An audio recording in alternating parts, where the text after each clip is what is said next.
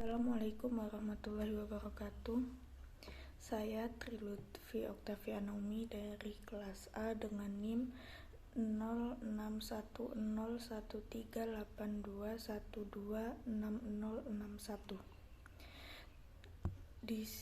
Tujuan dari pembuatan video ini adalah memenuhi tugas ulangan tengah semester praktek kimia dasar. Baiklah, soal yang pertama. Bekerja di laboratorium kimia dapat menimbulkan bahaya jika kita bekerja tidak sesuai dengan peraturan dan prosedur yang benar. Apabila Anda telah menjadi guru dan dipercaya sebagai pengelola laboratorium, jelaskan. Yang A. Aturan keselamatan laboratorium yang ditetapkan.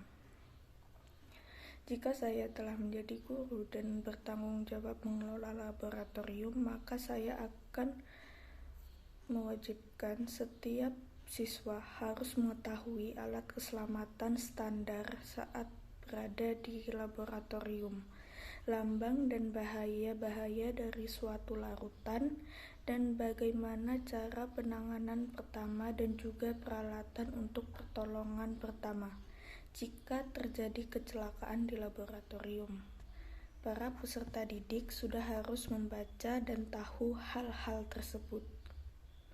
Dan juga mereka harus menunggu pengawas atau pembimbing saat ingin melakukan percobaan.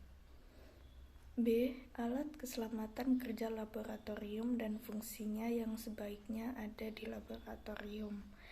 Yang pertama, kacamata pengaman dipakai saat pekerjaan eksperimental sedang berlangsung di laboratorium, bahkan saat setelah selesai eksperimen, karena banyak luka terjadi akibat puing-puing yang berterbangan atau percikan bahan kimia yang berasal dari jarak yang cukup jauh dari korban. Walau sudah memakai kacamata pengaman dan tidak diperbolehkan memakai lensa kotak karena dapat terciprat bahan kimia di wadah lensa yang menyebabkan kerusakan permanen pada kornea. Yang kedua, memakai celana panjang, kemeja berlengan, dan sepatu tertutup. Kami juga menyarankan untuk mengenakan celemek plastik atau jas lab untuk melindungi Anda dan pakaian dari bahan kimia korosif. Kenakan pakaian longgar, kendalikan rambut dan perhiasan untuk mencegah cedera.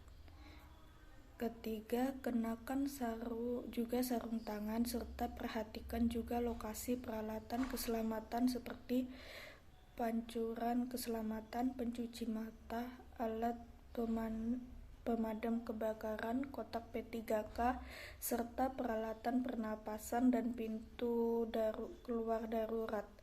Selain itu, juga harus memahami bagaimana peralatan keselamatan digunakan.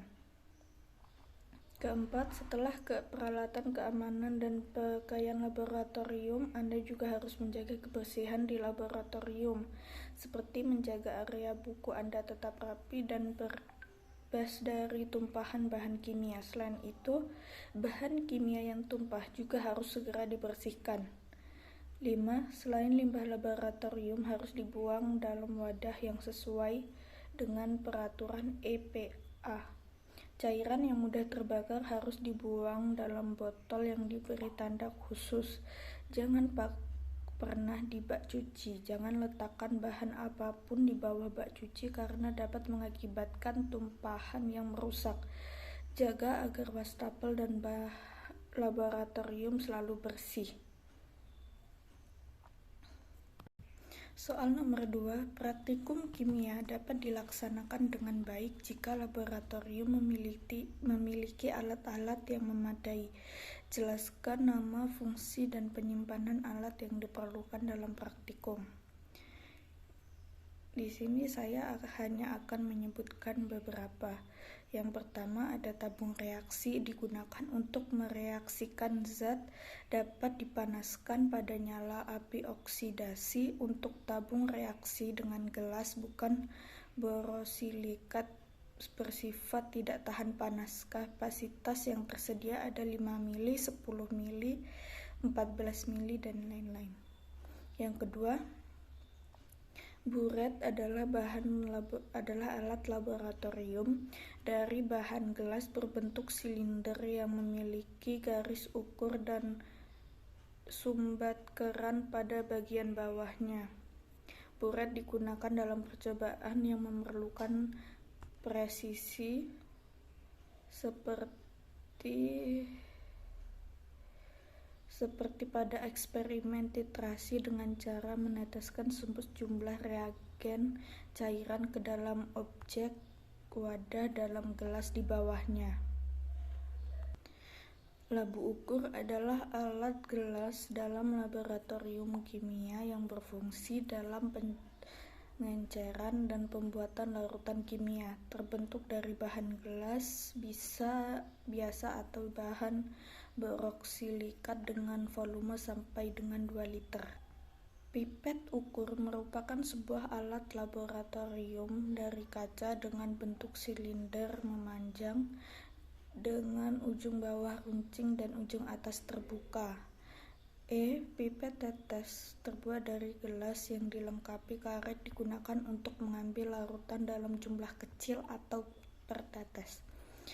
Corong buncher adalah alat laboratorium yang terbuat dari porselen, gelas atau plastik yang digunakan untuk menyaring vakum.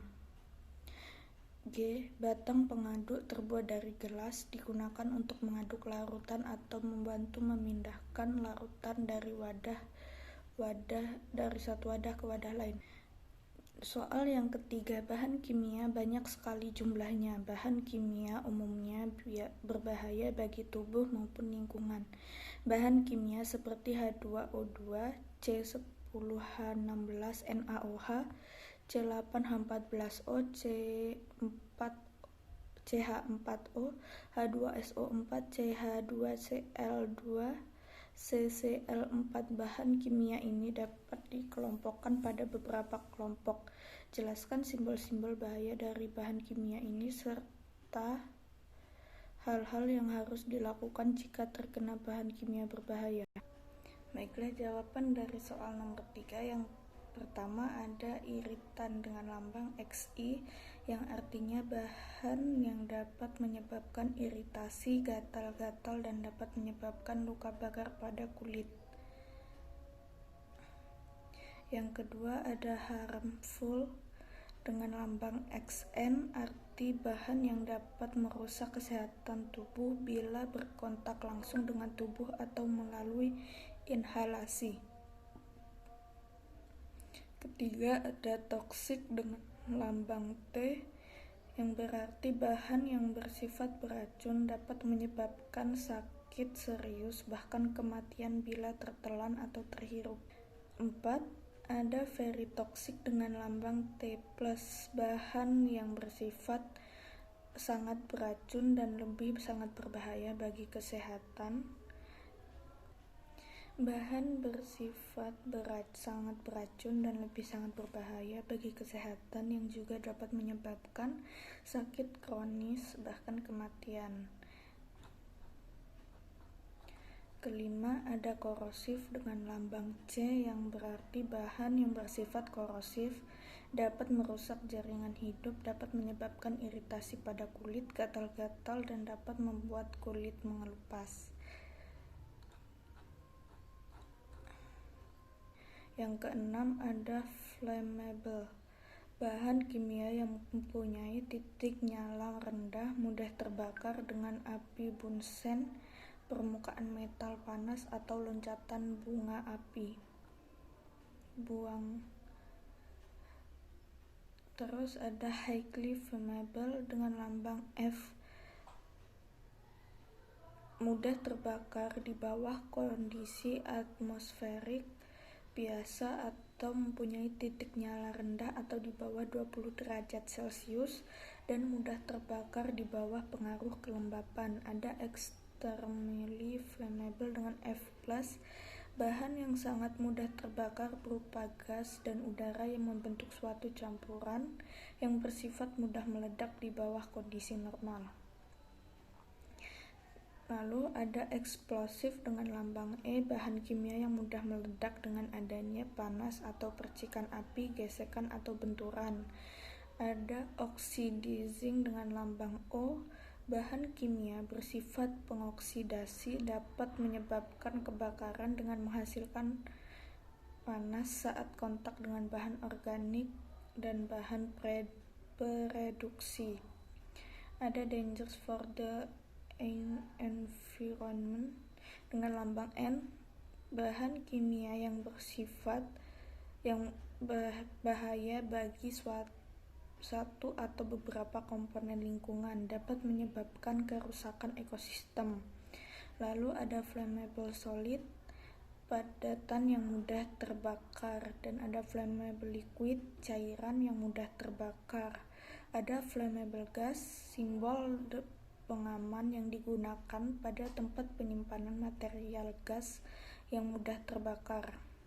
Lalu ada spontaneously combustible substance, arti material yang dapat secara spontan mudah terbakar. Ada dangerous when wet, material yang bereaksi cukup keras dengan air. Ada oxidizer, material yang mudah menimbulkan api ketika kontak dengan material lain yang mudah terbakar dan dapat menimbulkan ledakan. Organic peroxide merupakan simbol keamanan bahan kimia yang digunakan dalam transportasi penyimpanan bahan organik. Ada poison, simbol yang digunakan pada transportasi penyimpanan bahan-bahan beracun atau belum tentu gas. Ada poison gas, simbol yang digunakan pada transportasi penyimpanan material gas beracun. Dan soal yang terakhir atau soal nomor 4, jika praktikum kimia telah dilakukan, maka akan ada bahan kimia yang tidak habis atau tidak dapat digunakan lagi. Jelaskan cara penanganan bahan sisa atau limbah praktikum. Ya, hampir semua bahan kimia yang digunakan dalam percobaan manual dianggap aman, tetapi harus dibuang dengan benar setelah digunakan untuk keselamatan dan masalah lingkungan. Yang pertama bisa dilakukan, asumsikan tidak ada zat kimia lain selain sabun dan air yang dibuang ke wastafel. Kedua, buang bahan kimia limbah seperti yang diarahkan dalam prosedur eksperimental atau oleh instruktur laboratorium. Baca label pada wadah limbah setidaknya 2 kali sebelum pembuangan bahan kimia. Kecerobohan yang dapat mengakibatkan tercampurnya limbah bahan kimia yang tidak tepat akan menyebabkan kecelakaan laboratorium yang serius. Jika ragu, tanyakan pada instruktur Anda. Ini hal yang aman dilakukan. Perhatikan setiap ikon pembuangan dalam prosedur eksperimental sebagai titik di mana pembuangan akan terjadi. Baiklah, sekian video dari saya akhiri. Wassalamualaikum warahmatullahi wabarakatuh.